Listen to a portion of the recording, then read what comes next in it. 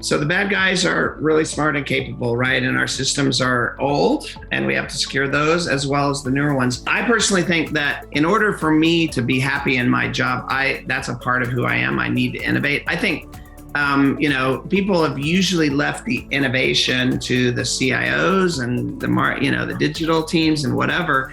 But I think there's plenty of places where we can innovate across the security suite, whether that's just moving away from the old models of securing my perimeter and sort of considering security in an older, more traditional way. One of the ways I think about security today as an extension of risk within the business, and I think that's a really different and innovative way to think about it, because then you can start applying different kind of metrics. You can say, oh, the business is going to accept certain kinds of risks, et cetera.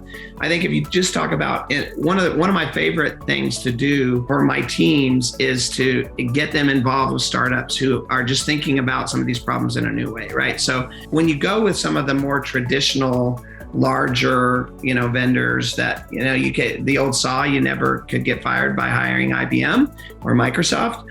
As much as I like Microsoft, and I think Microsoft has changed a lot, their security suite is relatively speaking pretty traditional.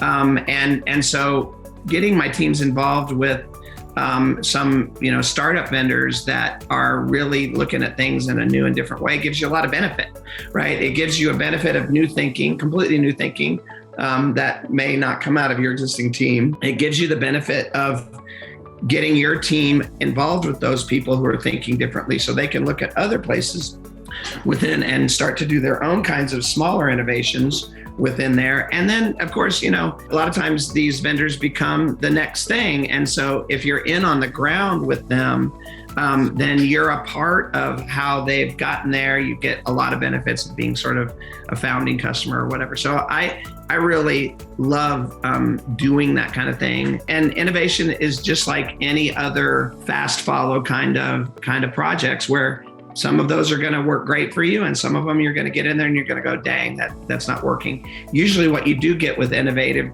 smaller companies is the ability for them to turn on a dime and react to you.